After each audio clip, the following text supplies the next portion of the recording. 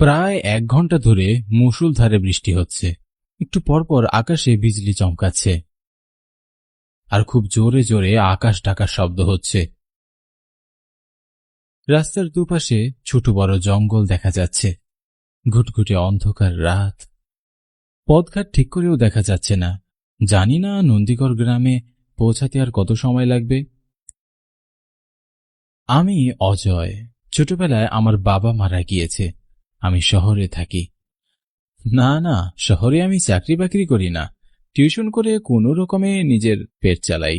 নন্দীনগর গ্রামে আমার ছোট বোনের বিয়ে হয়েছে। আমার বোনের স্বামী বিদেশে থাকে।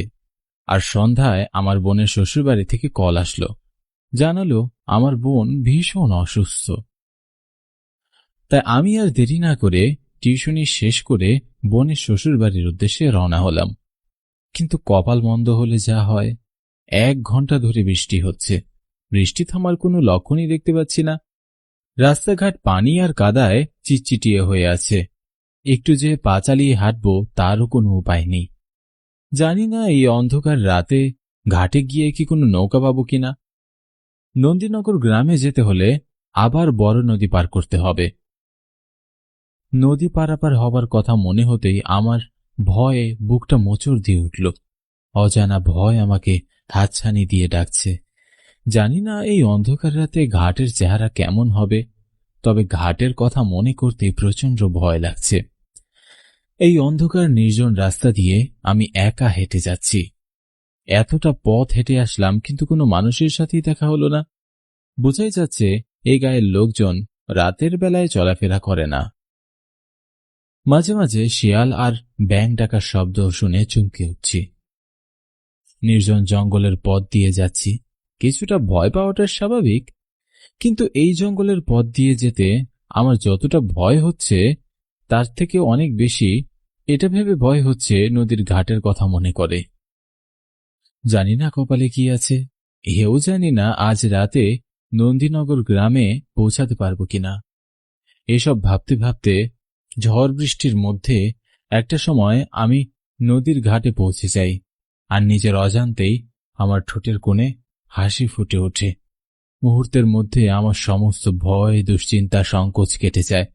আমি বুঝতে পারলাম ঘাটে একজন মাঝি নৌকা নিয়ে বসে আছে। অন্ধকারে তার চেহারা ভালোভাবে বোঝা যাচ্ছে না।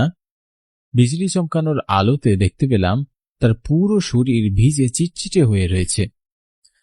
আমি বেশ অবাক হলাম, এমন ঝড় বৃষ্টিতে তিনি ভিজে নৌকায় বসে আছেন। তারপর আমি মাঝিকে বললাম, ও মাঝি ভাই, আমাকে একটু নদী পার করে দিবেন?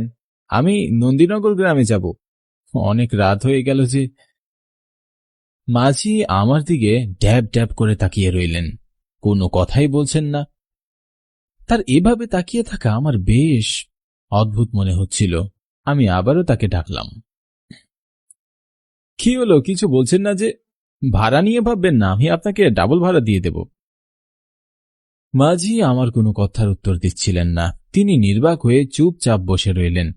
তারপর আমি কিছুটা বিরক্ত হয়ে বললাম, আচ্ছা ঠিক আছে, আপনি যত ভাড়া চান আমি তাই দেব, তাও আমাকে একটু নদীটা পার করে দিন না। নৌকায় উঠে বসুন। আমি খুব আনন্দের সাথে নৌকায় উঠে বসলাম। তারপর নৌকাটি চলতে শুরু করল। চারিদিকে শুধু পানি আর পানি। অন্ধকারে আশেপাশের পরিবেশটা খুব একটা বোঝা যাচ্ছে না। নৌকায় একটা হারিকেন পর্যন্ত নেই। হঠাৎ মাঝি আমাকে বলল, আপনি এত রাতে কোত্থেকে এসেছেন? আমি কলকাতার রামনগর থেকে এসেছি। আমার বোন নন্দীনগর গ্রামে থাকে। শুনলাম সে ভীষণ অসুস্থ। বোনের জন্য বড্ড চিন্তা হচ্ছিল, তাই তাকে দেখতে চলে আসলাম। এরকম একটা জায়গায় এই ঝড় বৃষ্টির রাতে আপনি একা এসেছেন, আপনার কি ভয় ডর নেই? ভয় করবে কেন মাঝি? কলকাতা শহরে থাকি, কত রাত বিরাতে ঘুরে বেড়াই, ও আমার অভ্যাস আছে। আপনি যে ঘাটে দাঁড়িয়েছিলেন ওটা একটা পরিত্যক্ত শ্মশান। ওই ঘাট খুবই ভয়ানক, লোকের অমঙ্গল বয়ে আনে। অশুভ আত্মারা ওই ঘাটে ঘুরে বেড়ায়। গ্রামের কেউই ও ঘাটে পা মারায় না। অশুভ আত্মা থাক আর যাই থাক, আমি তো নৌকা পেয়েছি, আর আপনার মতো একজন ভালো মাঝি পেয়েছি, যে কিনা আমাকে এত রাত অব্দি পার করে দিচ্ছেন। আমি অনেকক্ষণ ধরে আপনার জন্য অপেক্ষা করছিলাম। আমার জন্য অপেক্ষা করছিলেন মানে? আমি ঠিক আপনার কথা বুঝতে পারলাম না। তারপর মাঝি আর আমার কথার উত্তর দিলেন না। সে একেবারে চুপচাপ বসে রইলেন, আর নৌকা ভরা নদী চলতে থাকে। চারিদিকে বেশ ঘুটঘুটে অন্ধকার, পানির কলকল শব্দ ছাড়ার কিছুই অনুভব করতে পারছি না। মাঝি তার পুরো শরীর চাদর দিয়ে মুড়িয়ে রেখেছে।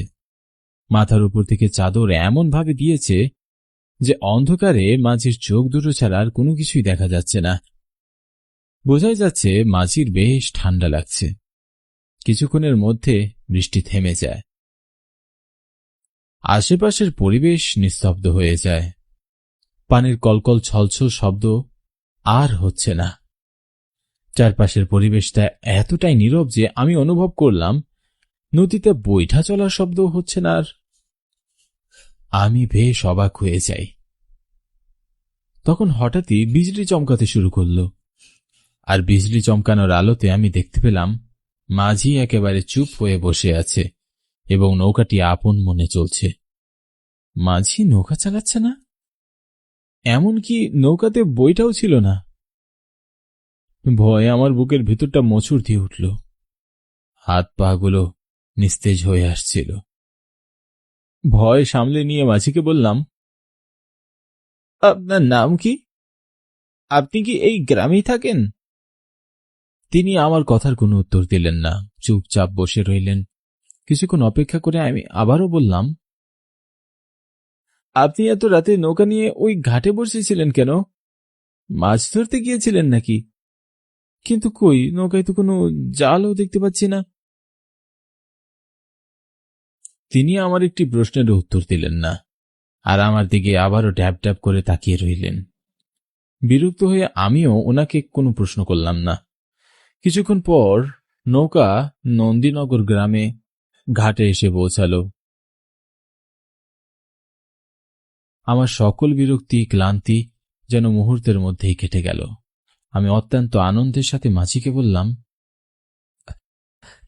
ঘাটে চলে এসেছি, বলুন আপনাকে এখন কত টাকা দিতে হবে? কোনো টাকা দিতে হবে না আমাকে, আপনি যান। এ কেমন কথা বলছেন? আপনি এত রাতে এই ঝড় বৃষ্টির মধ্যে কষ্ট করে আমাকে নন্দীনগর গ্রামে পৌঁছে দিলেন, টাকা তো আপনাকে নিতেই হবে। কত টাকা দিব তাই বলুন, আপনি যত টাকা চাইবেন আমি তাই দেব। মাঝি আমার কথার আবারও কোনো উত্তর দিল না। তিনি চুপচাপ নৌকায় বসে রইলেন। কি হলো মাঝি, আপনি চুপ আছেন কেন? বলুন কত টাকা দিতে হবে আপনাকে? উনি এমনভাবে আমার দিকে তাকিয়ে রইলেন যেন আমার কথা ওনার কর্ণপাত হচ্ছে না। এবার আমার প্রচন্ড বিরক্ত লাগল।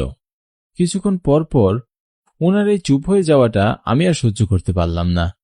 পকেট থেকে কয়েকটি পয়সা বের করে ওনার দিকে ছুঁড়ে মারলাম। টাকাটা ওনার মুখের উপর গিয়ে পড়ল। তারপর আমি নৌকা থেকে নেমে চলে যাচ্ছিলাম। তখনই মাঝিটি খুব কর্কশ গলায় আমাকে ডেকে বলল, দাঁড়াও, ওখানে একটু অপেক্ষা করো, আর সামনে যেও না। এমন কর্কশ কণ্ঠে হুঙ্কার শুনে আমি খুব চমকে উঠলাম। ভয়ে ভয়ে পিছনে ঘুরে তাকালাম, আর তাকিয়ে যা দেখলাম দেখার জন্য আমি মোটেও প্রস্তুত ছিলাম না। বিজলি চমকানোর আলোতে দেখতে পেলাম মাঝির গা উল্টো হয়ে গেছে। মাঝি পিছনে ঘুরে বসে আছে, অথচ তার বুক আমার দিকে ঘুরানো। এতক্ষণ চাদর মুড়ি দিয়ে তার পুরো শরীর ঢাকা থাকতে আমি বুঝতে পারিনি। ভয় আবার পায়ের নিচের মাটি সরে যাওয়ার অবস্থা। বুকের ভেতরটা কেমন জানি শূন্য হয়ে যাচ্ছিল। হাত পা থরথর করে কাঁপতে শুরু করল। মনে হচ্ছিল প্রাণবাগিটা বুকের ভিতর থেকে এক্ষুনি উবে যাবে। আমি আর স্থির হয়ে দাঁড়াতে থাকতে পারলাম না, মাথা ঘুরে সেখানেই পড়ে যাই। তারপর আমার আর কিছুই মনে নেই। ভোরবেলা কয়েকজন জেলে মাছ ধরতে এসে ঘাটে আমাকে দেখতে পায়। ওনারা আমার চোখে মুখে পানির ঝটকা দেয়। কিছু সময় পর আমি আমার জ্ঞান ফিরে পাই।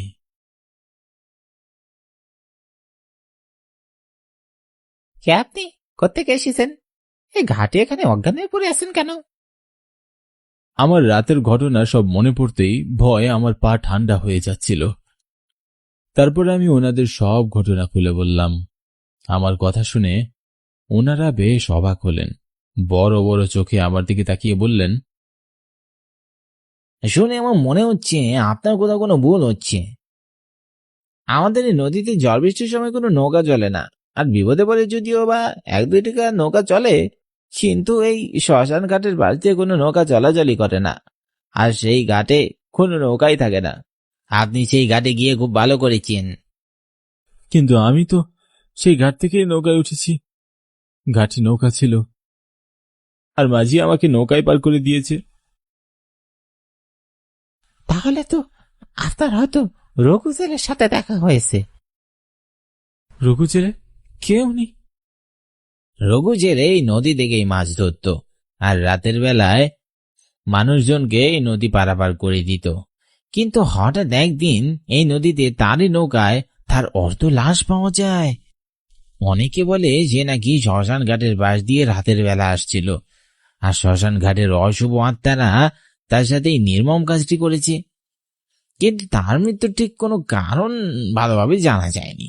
শুনেছি তারপর থেকে মাঝে মধ্যে অনেকের সাথে শ্মশান ঘাটে রঘু জেলের দেখা হয়। কথাগুলো শুনে আমার গায়ে কাঁটা দিয়ে উঠল। অনেক প্রশ্ন মনের মধ্যে ঘুরপাক খাচ্ছিল। আমি আর কারোর সাথে কোনো কথা না বলে বোনের শ্বশুর বাড়ির উদ্দেশ্যে হাঁটা ধরলাম।